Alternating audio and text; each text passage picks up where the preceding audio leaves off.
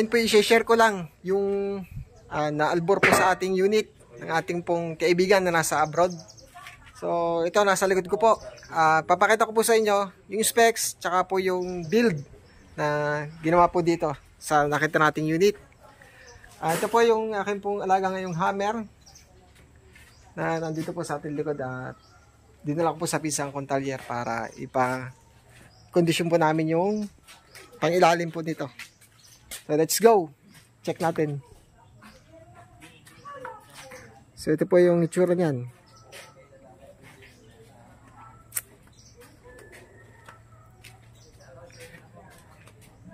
Pakita ko po muna sa inyo paikot.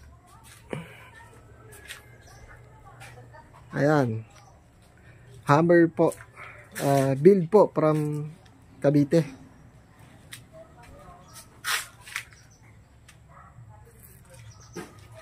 Nakaano po siya, off-road tires.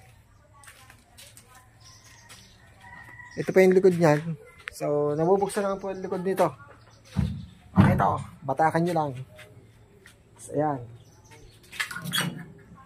Ito.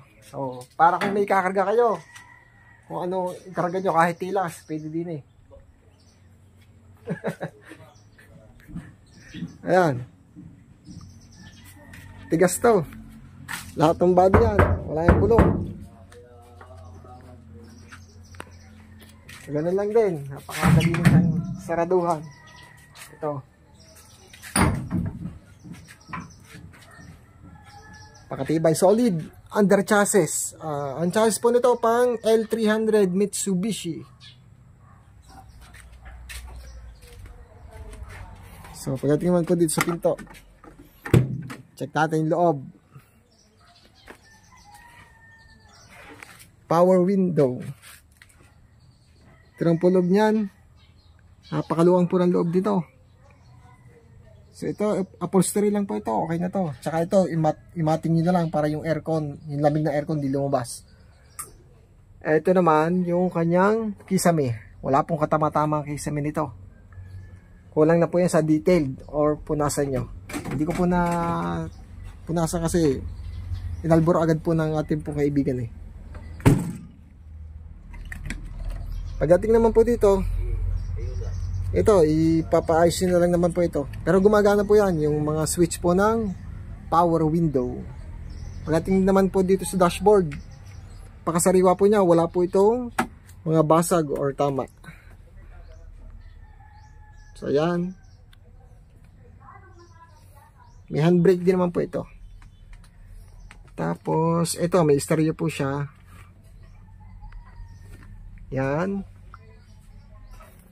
Ito ang speaker ho. Nakabungad sa inyong ulunan. Laksan nyo pagka kayo naantok.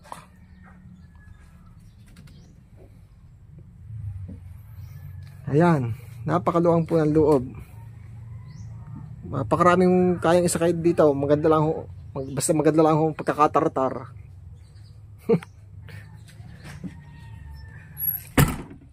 Okay, pagdating naman po sa engine. Check natin yung engine. Ayan, B6 po ang engine nito, pang Nissan Patrol. O yung tinatawag po nating D6. Ito po ay diesel. Yan pa yung mga pan niya. So, konting detailed lang dito. Power steering po ito. Ito po ay bagong battery.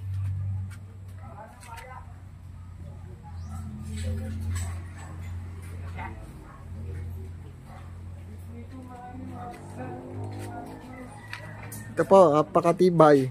Ika nga ng isang trinity na ay kayo na ang mananawa.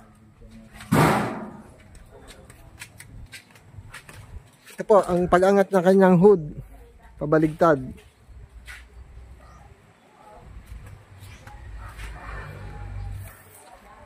Ito po. Ayan pa.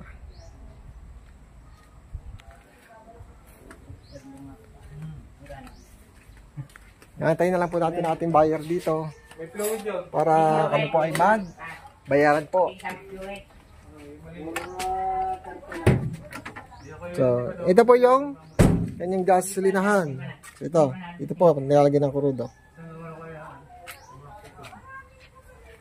Hindi natin po masyadong nagamit o nagawan po ng video kasi inalbor po agad sa atin ang ating pong kaibigan. So, dito lang po at maraming pong salamat.